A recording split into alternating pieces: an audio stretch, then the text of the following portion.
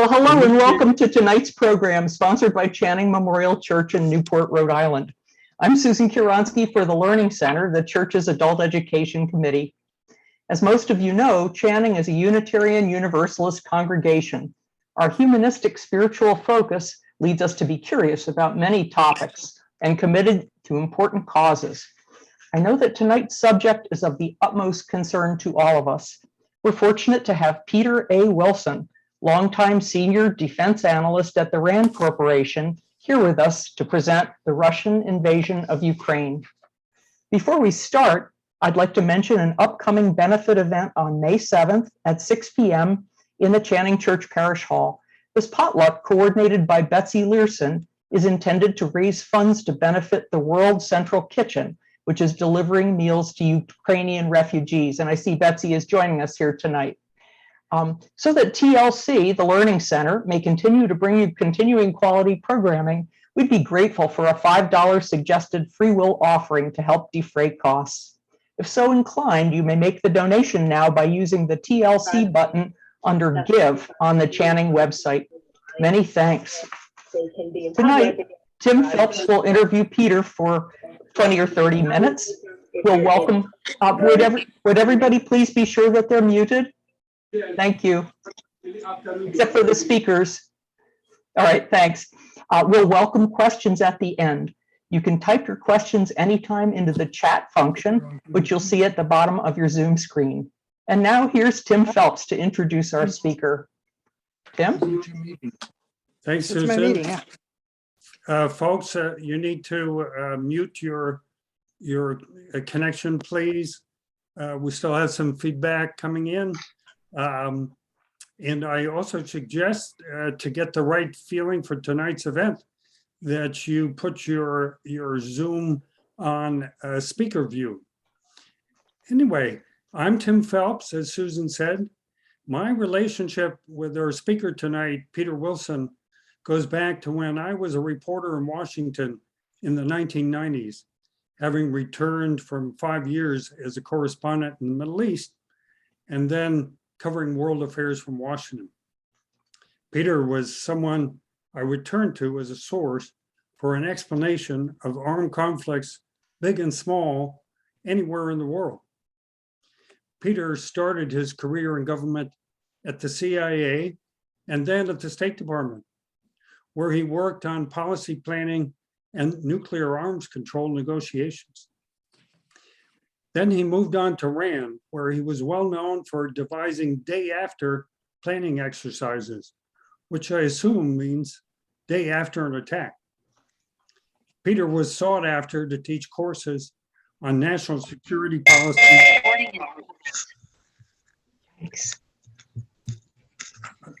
National security policy at Georgetown and the National Defense University. He has always been one of the few sources in Washington who could talk knowledgeably about conflicts in any region. When I joined River Road Unitarian Universalist congregation in Bethesda, I was lucky to be able to listen to him hold forth in a circle of admirers after services. And gradually we became friends. We even staged a debate in front of the entire UU congregation during the US intervention in Kosovo. I enjoyed arguing for war to a bunch of Unitarians. So tonight, please try to imagine us on stage together in comfortable armchairs, having a chat, just as we often do on Sundays in Washington, but talking about the tragedy of what is perhaps the first all-out war involving a major power since World War II. After Peter and I talk for roughly half an hour, we will ask you, the audience, to shape the conversation with your own questions, which you may feel free to add to the chat at any time.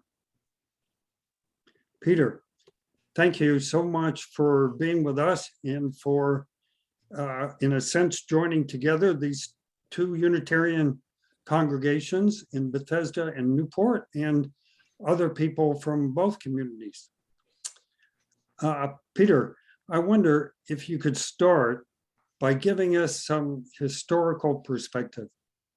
Is there any truth at all to Putin's claim that Ukraine was always part of Russia? Well, I mean, as they say, like a lot of history, especially in that part of the planet, as if it's in any other part of the planet, it's complicated. The short Cliff Note story here is Ukraine, Kiev, is basically a part of the founder's story of Russia.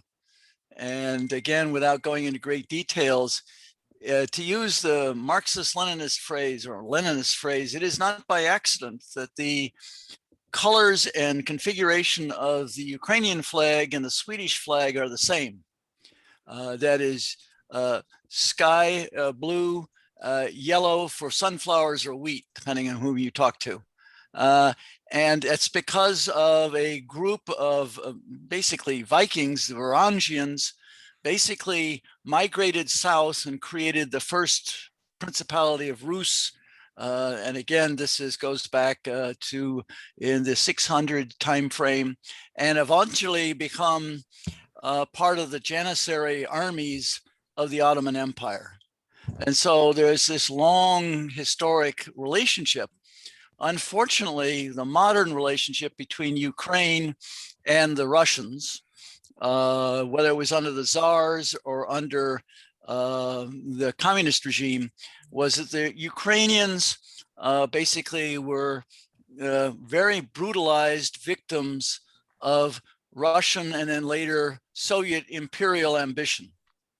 Now, over time, and with a language which is derived from Russian, it can be understood, but I gather not spoken. It's sort of like the two different dialects between northern and southern China.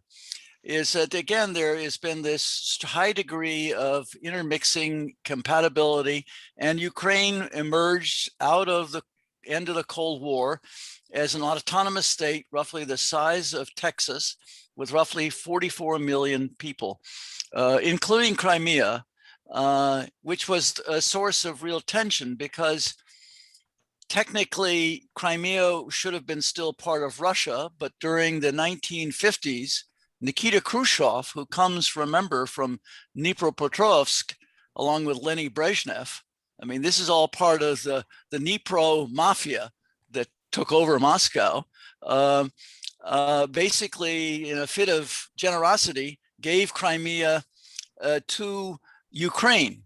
At the time, the expectation was the Soviet Empire obviously was not going to disappear. And so this issue was of no consequence. But later on, this becomes a major source of tension between the emerging independent Russia, independent Ukraine, and independent Belarus that emerges in suddenly, almost like overnight in 1991, which you all remember. The Russian claim is fundamentally, the Putinist, I should say, claim is based upon the assumption that fundamentally Ukrainians are thinly disguised Russians, and that the very idea of an independent Ukraine was basically an invention of predators of Russia. And this is basically the argument that was made by Vladimir Putin in his now will soon be historically infamous article he wrote in July of this last year that was published in the official government website. This was not some obscure foreign policy journal article. This was an authoritative statement, which is the underlying rationale as to why Vladimir Putin chose to, by force of arms, in the belief that most Ukrainians would greet the military operation to seize and overthrow the Zelensky government as liberators. By the way, doesn't this sound familiar? This is the same argument the neocons made when they invaded Iraq, that we would be greeted as liberators. See how well that turned out. Well, what's happened here now is that for reasons which we can discuss, the performance of the Russian military has been, there's no other way of describing it, as disastrous. Peter, Fortunately for the Ukrainians, and therefore what we have is the stated circumstance here of where we are in the current conflict. But again, the root causes, the ideas that affected all of this have a root of well over 1,000 years. So Peter, your friend Mr. Putin is often compared to Stalin. In fact, his grandfather was a cook for both Stalin and Lenin.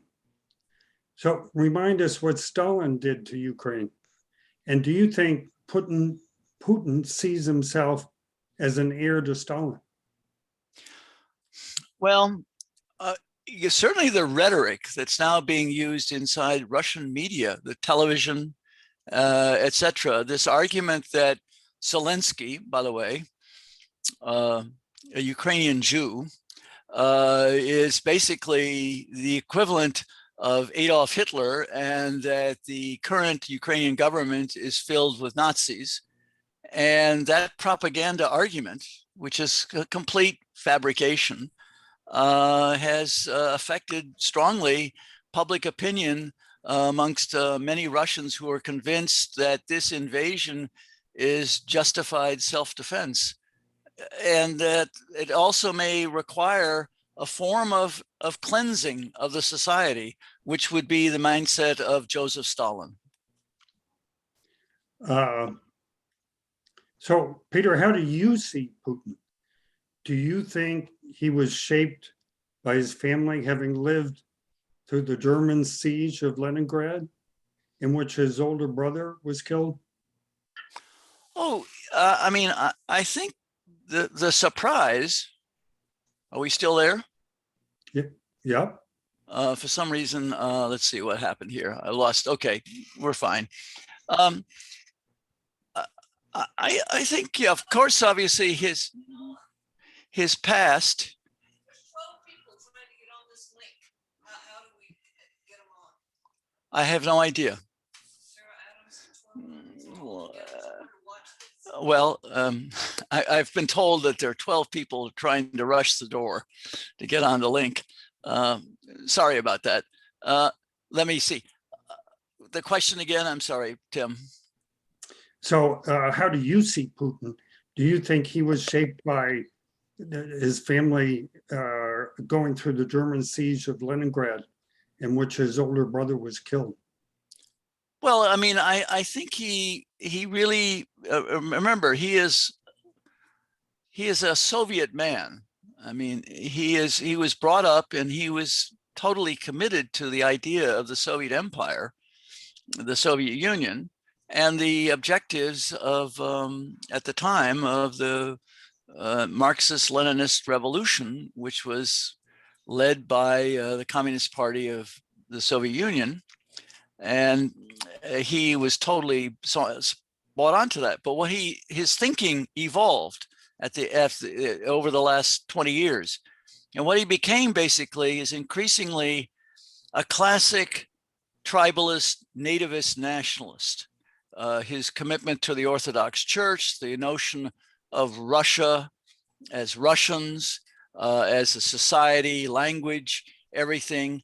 But he also believed that the system was sufficiently chaotic that what we basically needed was a central authority, being Putin, to rule this joint, as they say, with a somewhat of an iron hand. And over time, that iron fist has been refined to steadily, at one time, Russia, you could have said, was a quote unquote illiberal democracy. Now it's a highly personalist dictatorship under the control of one man. So the war is now 6 weeks old. Many thousands of people have died. I think the biggest question on everyone's mind, except for what happens next, is how has relatively tiny Ukraine managed to hold out so far against the supposedly mighty Russian military? Well, the short answer is Ukraine is not tiny. That's the thing that a lot of Americans, not paying too close attention to that part of the planet, is Ukraine is slightly smaller in size than Texas. And I guess if some of you spent time in Texas, you know how big it is. And also it's 44 million people. It's roughly has 50% more population than Poland, which is just over 30 million people. And so when the Russians decided to invade and use military force, what Putin assumed was that he could use special forces to seize Kyiv in an overnight, if you will, raid, overthrow the Zelensky government, and set up a new government that would be pro-Russian, pro-Putin very quickly and easily, and there would be very little sense of nationalism. I mean, I think this is very important. Putin utterly dismissed the idea that the Ukrainians had any legitimate right to have an autonomous sovereign existence. And so with that in mind, basically, they roared in with a small use of force, actually surprisingly little use of aviation, missile attacks, etc., and then had assembled on three corners of Ukraine an invasion army, which we now turn out to be very poorly led and very poorly managed as a military establishment. And the Ukrainians in turn, much to frankly my surprise, proved to be not only willing to fight, but to fight from a military perspective remarkably effectively. Think of, shall we say, our opponent in Vietnam. The results has been in the northern invasion corridor that was supposed to seize Kyiv, that army has been defeated and has been driven back into Belarus and to Russia proper. Some of those units may be moved around to the east and south in a new round of fighting, but from anybody's perspective who cares to pay attention to this, the Ukrainians have inflicted a remarkable military defeat as we speak. And now we're going into what you might describe as the second phase of the war. Well, tell us then about the weapons and the tactics that the Ukrainian military has used successfully so far. Is it not the American and British anti-tank missiles that have turned the tide? Well, they've played a terribly important part, but Ukrainians, again, basically the legacy of their relationship. Remember, Ukraine was in a very important part of the Soviet Empire, and also Ukraine has got very substantial arms industries. So they had inherited a great deal of heavy artillery, rocket launchers, etc. But it is absolutely true, Tim, that what we're watching here, I think, is a change in the way wars are fought. Increasingly, we're watching the twilight of the main battle tank in the same way that we watched the twilight of the battleship during World War II, and that is a new technology of lightweight guided munitions, robotic air forces, etc., is the wave of the future. And the Ukrainians, with American, European, British assistance, have used those weapons with devastating effect.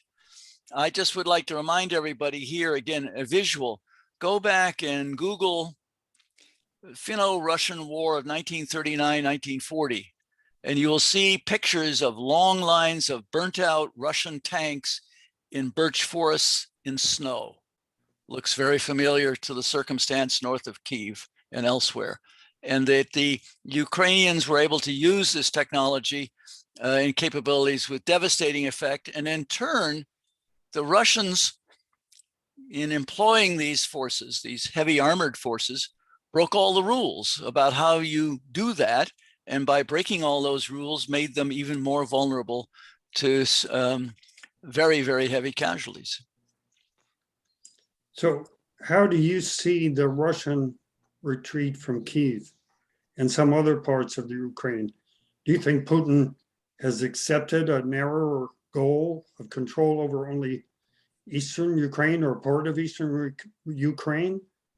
Or I is it- think that's a fallback position driven by events, is that they are hoping to carve out a larger piece of Donbass and have basically a land bridge between Russia proper, this new rump state of which you might call southeastern Ukraine, to give them a land bridge to Crimea, in the belief that this would ensure that Crimea would remain under Russian control and would act as, quote unquote, a consolation prize.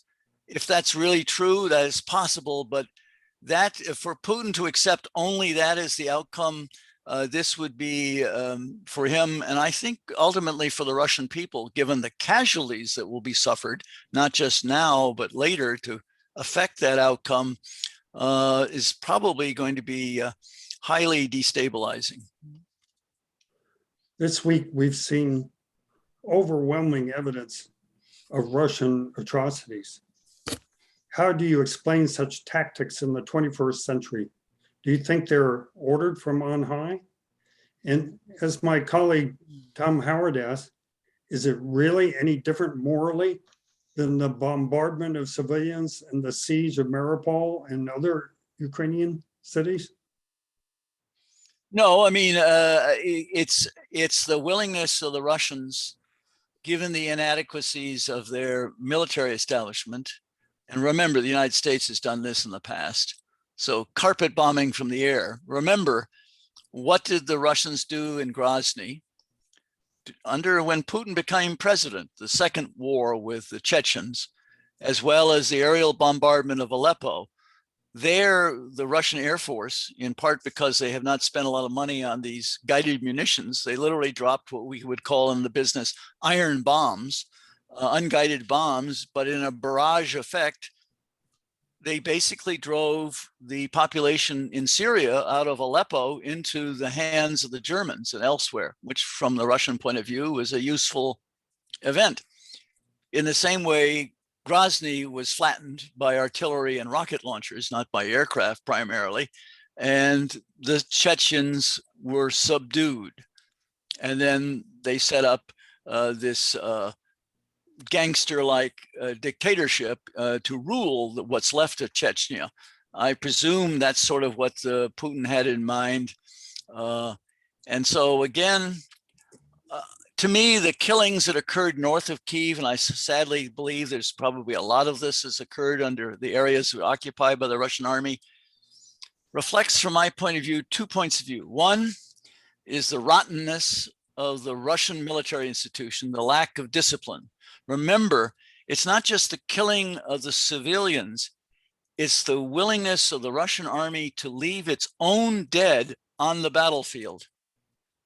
That is the sign of an enormous institutional pathology in the institution, which is embedded, it's not a bug, it's a feature. And then there's the policy side of this and the rhetoric. That is how to get the Russian troops' blood up was to convince them all Ukrainians were Nazis and who, if they didn't cooperate, kill them. And so it was a mixture of both that led to these terrible events that have emerged north of Kyiv and elsewhere. I mean, unfortunately, we're going to find the occupation was with malice aforethought done with a brutal effectiveness. So Putin has backed down for the moment. Do you think now, and of course in a very limited way, do you think now there is still a real danger of Russian use of chemical, gas, or even tactical nuclear weapons?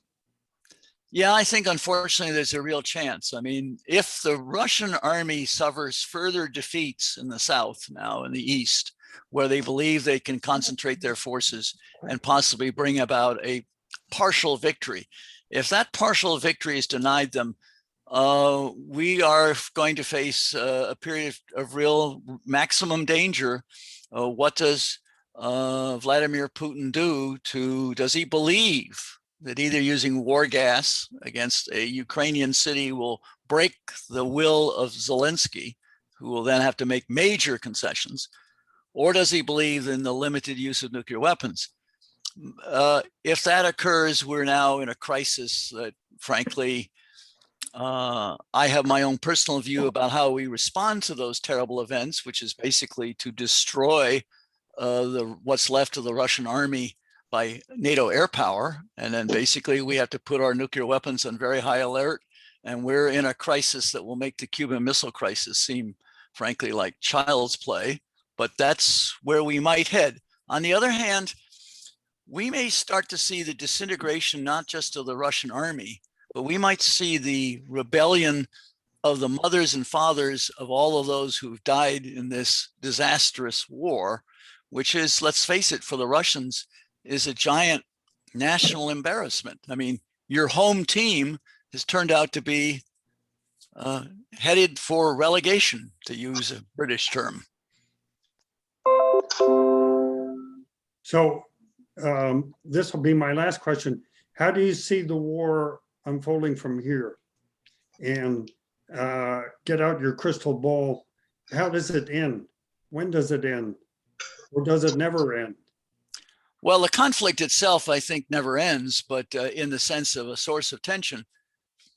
If Ukraine and the rest of us can survive the prospects of a thermonuclear war coming out of this terrible regional conflict, I think actually Ukraine, in a grim way, I would argue, Putin has helped midwife a true united, energetic society, which is Ukraine, and that with enormous assistance and possible some form of reparations from Russia, the Ukraine can rebuild, and Ukraine is going to be a major player in European security. Negotiating some sort of arrangement with a new post-Putin regime, whatever, is going to be very demanding. And it's going to be now much more difficult for a very obvious reason. And that is the degree of these atrocities.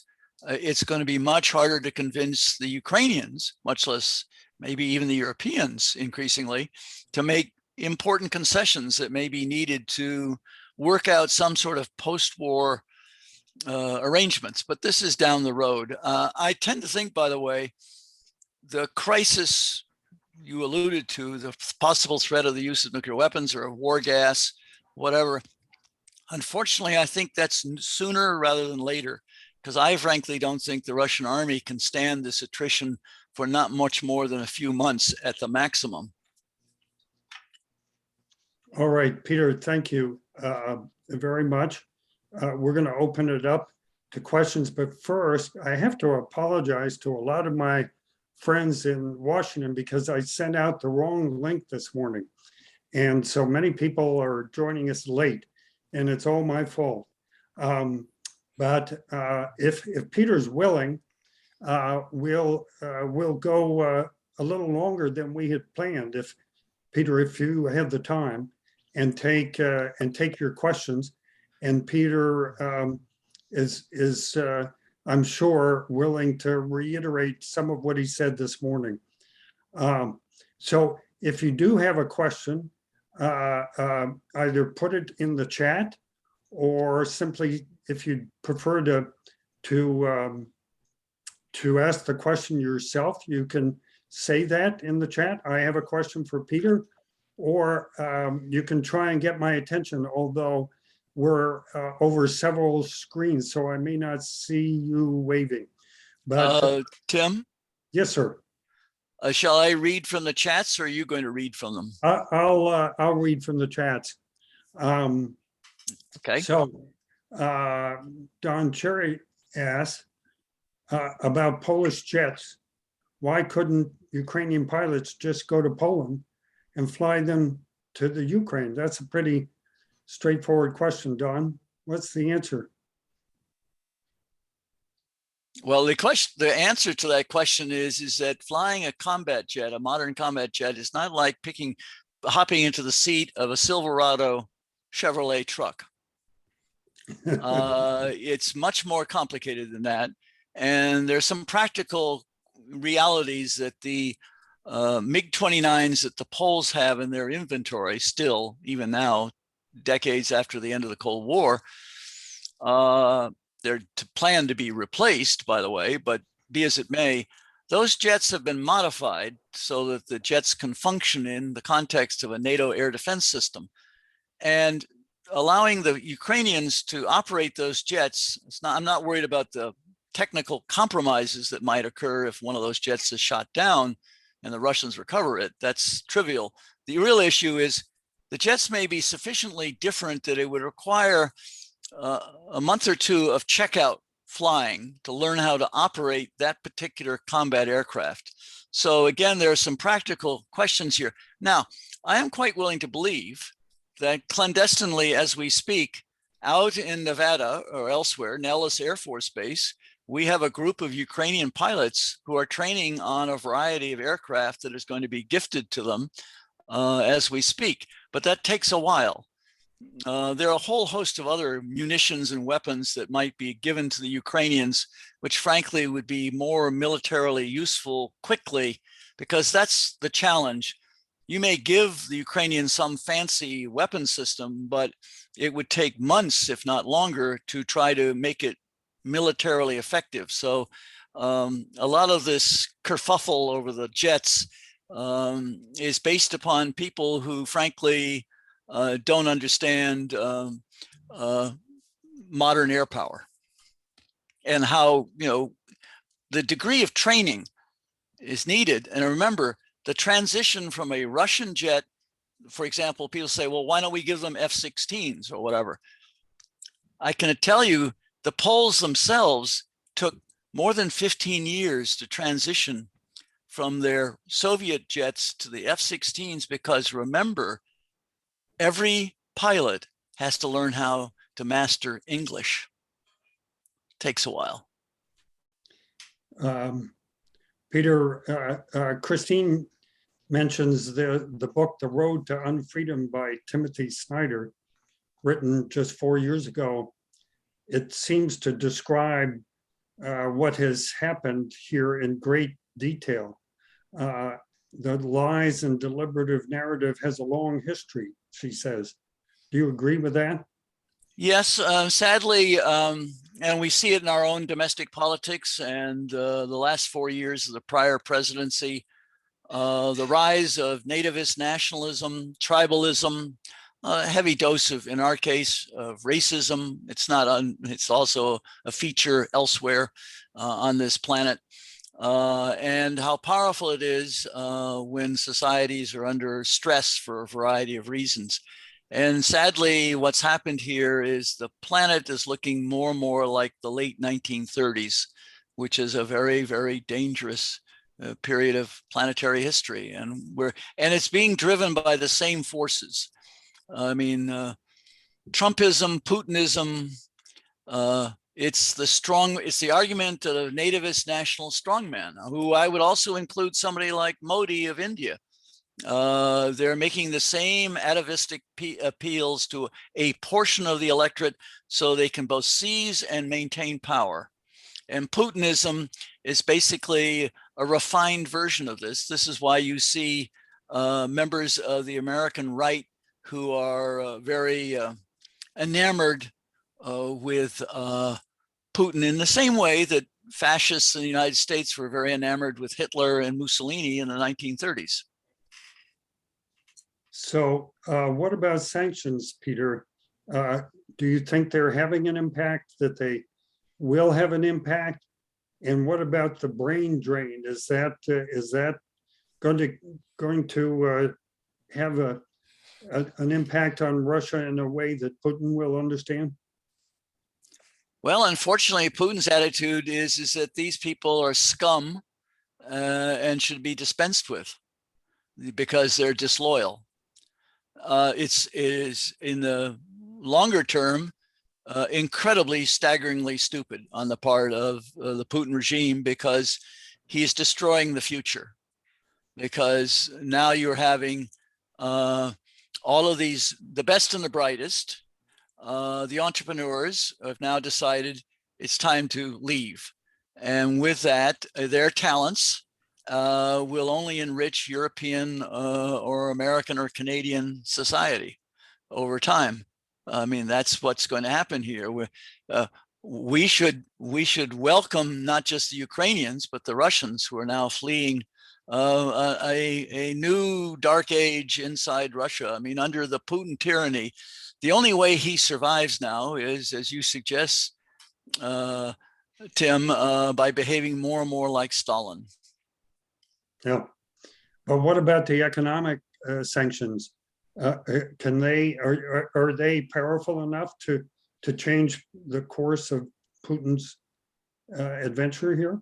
Not in the short term. The one area where there's an immediate effect is that if we can successfully pull off the embargo of microprocessors, chips, which are integral to 21st century systems of all types, including military systems, and the Russians, even much more so than any other large power, have been very dependent upon the importation of this technology from Taiwan, South Korea, Japan, Germany, elsewhere, United States. And that embargo will actually seriously damage in the near term the ability to rebuild and build new weapons to replace those that have been destroyed. The other sanctions, the loss of income, all of that will start to have a big impact by this summer. But as we can see, just trying to deny them an energy income stream is highly disruptive to the global and above all the European economy. And we're now seeing us try to replace some of the natural gas provided to the Europeans with alternative sources, including the vast quantities of natural gas we can generate from fracking, which I suspect many of you in this audience despise. But I hate to tell you, one of the consequences of this war is that natural gas is going to be treated as a national security asset above and beyond its role as a source of energy. And this is the reason. My friend Tom Howard, who's a member of our committee that sponsors these events, has a question. Tom? Yes, there was some mention before about reconstruction in Ukraine, and I've wondered about how this is going to be paid for. Looking at these pictures every night on TV of vast whole neighborhoods and buildings being destroyed makes it clear that this is going to be a matter of hundreds or billions of dollars. And so where is that money going to come from? It seems quite completely unreasonable to expect taxpayers in the EU and the United States to pay for this. Obviously, the Russians caused the damage, and they will have to pay to fix it. So how can we seize assets that have been frozen or sequestered, Russian assets around the world, and put them into a fund for the repair and reconstruction of Ukraine? Well, Tom, my understanding, talking to my legal friends who are far more adept and understand all of this far better than I, this is a classic example for every complicated problem. There's usually a simple answer that's wrong, in the sense that it's going to be complicated. It's one thing to freeze oligarchs' assets and their yachts. It's another matter to confiscate what is defined as private property. And it turns out that those seizure processes, trying to turn that wealth into income to support, let's say, Ukrainian reconstruction, might turn out to be what is known as the International Lawyers Employment Act. It's in other words, it's not. On the other hand, a number of members of the Hill already, the congressman whose name slips my mind at the moment from New Jersey, and others are crafting legislation which might give the authority to be able to define these assets as part of ill-gotten gains associated with the war. But again, This is one of the tricky issues, because let's not forget what happened 120 plus years ago. The France and Great Britain imposed reparations, defined Germany as the cause of the war, and that reparations was part of the narrative by which Adolf Hitler rose to power as being unfair and unjust. And so again, this is going to be a tricky matter. I think, frankly, yes, it may seem quote unquote unfair, but I would argue to ensure the success and survival of Ukraine now, which I would argue has become a vital interest for the United States, that we are going to have to make a major contribution analogous to the Marshall Plan of the late 1940s. But again, the Europeans, the Germans and others, I think now are going to be really motivated to pony up, where heretofore they would, as they say, look into their lobster bisque soup and not do anything. So one of our audience says that unlike chemical weapons, aren't nukes supposed to be the bridge never crossed? So that even talking about it could bring it about? Well, to paraphrase Trotsky, you may not be interested in nuclear war, but nuclear war is interested in you. And unfortunately, this subject has been out of America's mind ever since the Cold War ended, because we implicitly, psychologically imagined actually the weapons had disappeared, when in fact they hadn't. And now, sadly and grimly, they are in play, and they represent the whole card that Putin holds. The question is it usable? And does he believe it's usable? And that's going to be largely his decision. What we do or say, frankly, may have minimal impact on that decision. I would note, by the way, though, an interesting fact that most people are unaware of. The French nuclear forces are on this highest level of alert they've been on in 30 years. And their foreign minister, unlike Joseph Biden or Boris Johnson, who is a fairly voluble personality, have said absolutely nothing in response to Putin's implied threats about using nuclear weapons. But it's been our dear friends, the French, who have, in essence, mobilized their nuclear forces to put them in a higher degree of readiness, and their foreign minister, without making a strong threat, reminding the Russian elites and Putin that of the NATO Atlantic Alliance, there are 3 decision authorities in that alliance that control nuclear weapons in response to what the Russians may or may not do in this regard. And that, I would argue, is a useful, powerful message that goes to Moscow. And I am sure the Moscow leadership, above all their military, is paying attention to that. And I wouldn't be surprised that the low-key nature and the use of the French in this regard to signal, to warn the Russians, back off on this, is the reasonable way to go, given the circumstance. So we've been a bit surprised at the beginning that how well NATO has held together in opposition to the Russians. Ursula would like to ask, how long can they hold out? How long can they stand together? For months? For longer? Well, as a historian of war, this current crisis reminds me very much of what happened during the summer of 1950.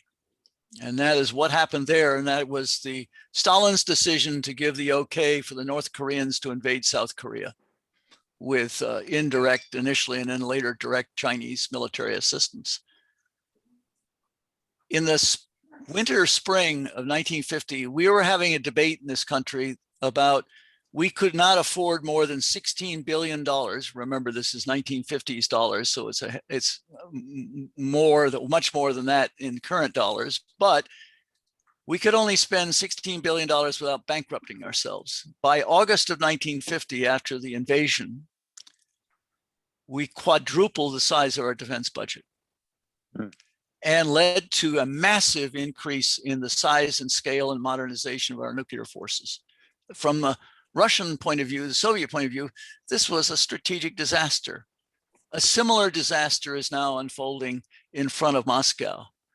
Remember, Putin has complained about the threat of NATO. Well, now the US Army has returned to Europe to an old business, and that is to deter the Red Army, or what's left of it. And we now have close to 35, almost 40,000 additional troops in Eastern Europe as we speak. Now, how many of those will remain under what circumstance depends upon events, how this war ends or doesn't, and a number of other factors. But the reality, it also acted as a giant electric shock to the German society. I mean, I do believe the Germans, like many Europeans, had really signed on to Francis Fukuyama's concept of the end of history, or at least thought history had ended for Europe insofar as traditional state-on-state threats. Their only concern, frankly, was radical Islam. And their attitude was that was mainly an intelligence and police problem, not a military problem. So we could easily cut our defense spending drastically because there is no meaningful state-on-state threat. Vladimir Putin has shattered all of those illusions. Now, how well and how sustained that German military buildup occurs will, as you imply by your question, will be affected by what price do the Germans pay if they cut off Russian natural gas, attempt to find replacements, and find they have to do natural gas rationing to not only households but to companies next winter. Well, then there may well be a hue and cry saying, can't we make compromises with Prince Vladimir? Here's a good question, Peter. Do we think that the US is sending arms and munitions to Ukraine that we're not aware of, including anti-aircraft? Well, I would suggest we may be preparing to do some of that. And some of that's probably being done, as they say, sotto voce. And again, there are a number of things we can do. Remember, one of the things that we're doing, not under the table, quite explicitly, we are providing the Ukrainian army with the full force, or much of it, of our global Panopticon, which is our global intelligence collection and analytical system. And that has been put at the service of supporting the Ukrainian war effort. And that is an incredibly powerful instrument. There is another dimension of this conflict, which has been sort of a version of the dog that didn't bark. I expected there would be serious attacks against our infrastructure through cyberspace, a real disruptive attack on our economy as the Russians retaliated against these draconian sanctions. So far, that hasn't happened. And the interesting question is why? Were the Russians not quite as good as they thought they were? Or as it turns out, our capacity, again, much of this clandestine, hidden from public view, may be far more powerful than people realize. So again, there are features about this conflict, as suggested by the questioner, that are, shall we say, still part of the deep state. Is there a post-Putin path? And if so, what would it look like? Well, again, there is everything from the bullet to the head by his son-in-law to one of the key military leaders convinced that he deserves to die because my cousin was killed on the field of battle under circumstances that showed how corrupt and incompetent the military is. So again, we could have a revolt of the colonels like Nasser or like Gaddafi, as opposed to the revolt of the generals.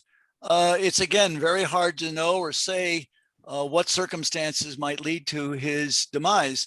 I still believe the shock effect of these terrible casualties, the scale and the velocity of those casualties is going to have ultimately a very destabilizing effect on the Russian society, even though the society has been thoroughly pickled by this form of Orwellian 1984 style propaganda machine. Chris Hager asks, Peter, about the racial ethnic dimension to the refugee crisis. Are Ukrainians, because of the color of their skin, welcome more easily than Muslims, for example? Of course. Evelyn asks, what, if anything, is being done to end the naval blockade or to get anti-ship weapons to the Ukrainians? Well, that's been an interesting decision by the Biden administration, that apparently we were not willing to give them anti-ship weapons.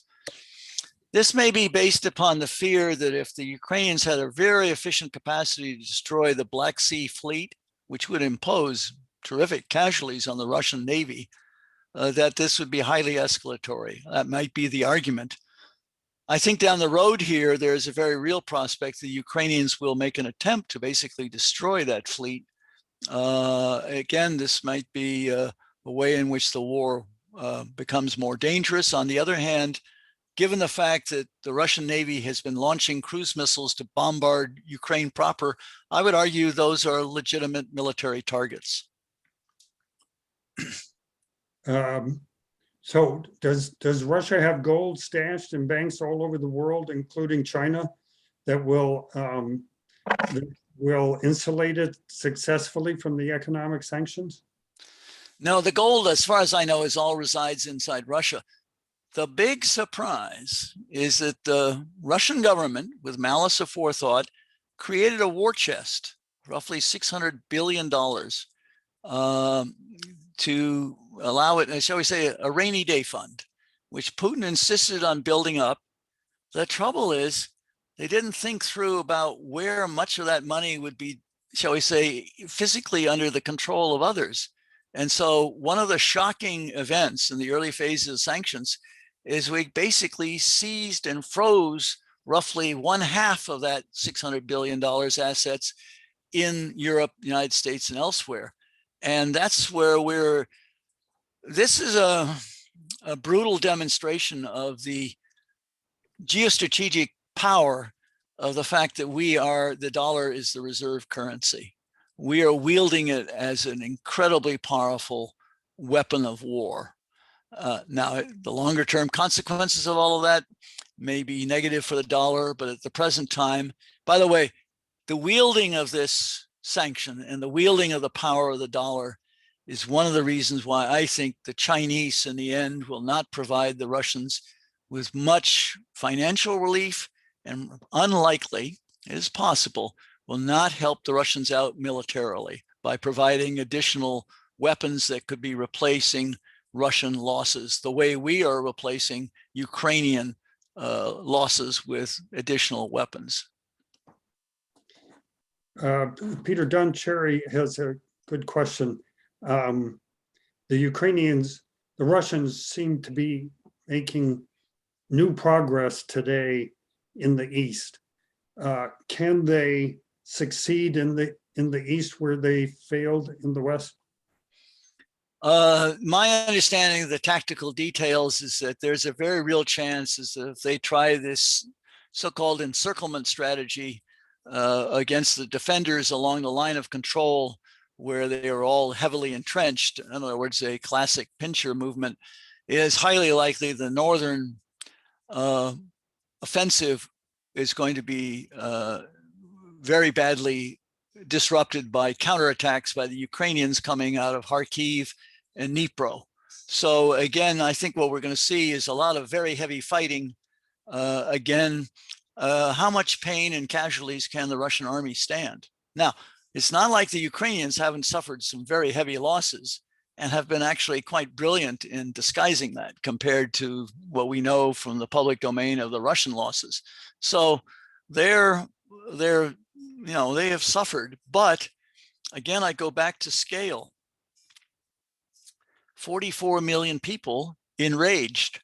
Again, we came into this buzzsaw in our experience in Vietnam.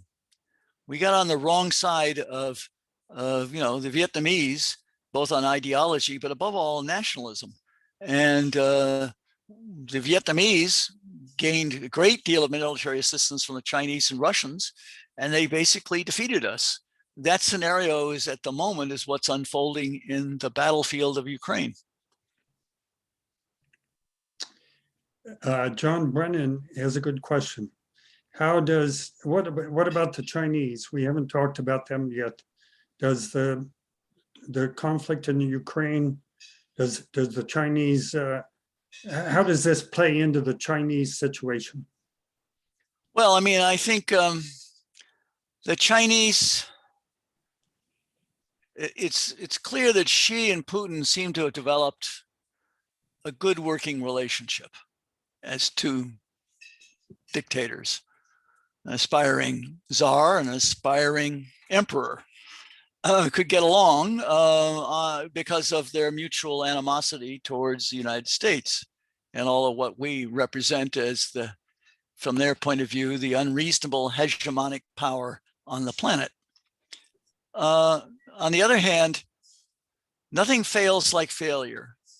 And the amazingly, in my opinion, poor performance of the Russian military, the destruction of the Russian military's prestige as a modern, capable fighting force. That's what's being destroyed or has been destroyed. I am sure in the councils of power, including the good emperor, there is a view that Russia is a lame horse. On the other hand, they may now view Russia as an object of their interest in the following sense. Russia may become so desperate for resources, financial support, in the development and the sustainment of their energy, the Chinese will arrive on the scene and say, we'll be happy to help so long as we gain partial or if not complete ownership of your extraction industries. And that is a risk for Russia.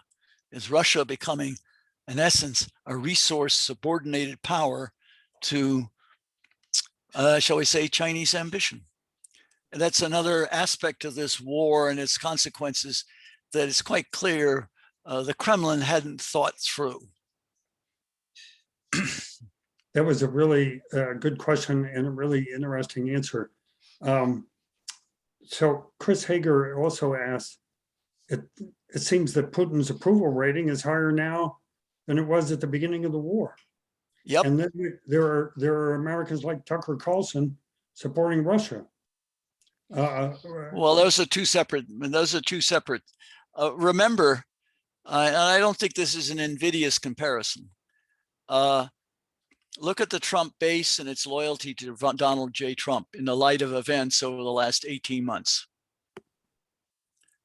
Putin has his own base, which is a significant, possibly clear majority of the Russian people. Much of that is rural, sound familiar? Lower middle class, living on the margins. The notion of Russian glory was an attractive idea.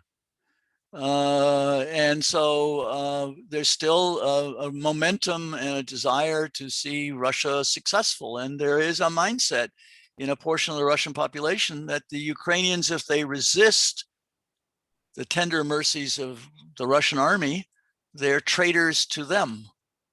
And so breaking that is going to require possibly a great deal of pain. All right. Well, Peter, we've kept you talking for an hour. Every minute of it has been fascinating. For those of you who unfortunately came in late, there's a possibility that we'll be able to send you a recording of the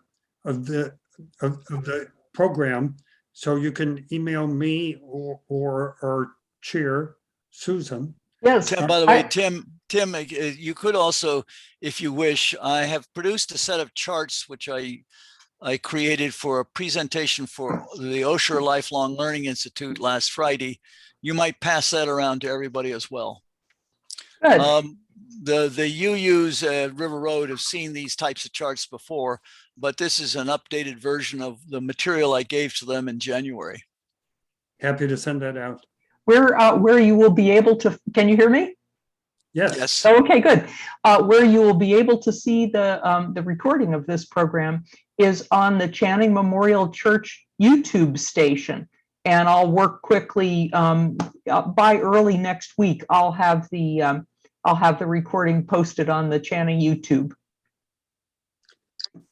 Peter, we had a good crowd today of 54 people who stayed the whole hour, or at least once they got on. So you've really captivated our audience and taught us a lot. And I really appreciate it. And you and I need to have lunch next week. Good. And everybody, happy trails, and hope, as they say, still basically put in your basement some bottled water. Make sure you've got your wind-up radio. Think of this as preparing for another version of the derecho, because the war ain't over. And at a minimum, we may face still a wave of disruption of our electric power system, whatever. So take care, but hope for the best. Thank you, Thank Peter. you. Thank you Excellent. so much, Thank you very Peter. much. All right, Thank you. bye-bye. Bye. Thanks very much, everybody.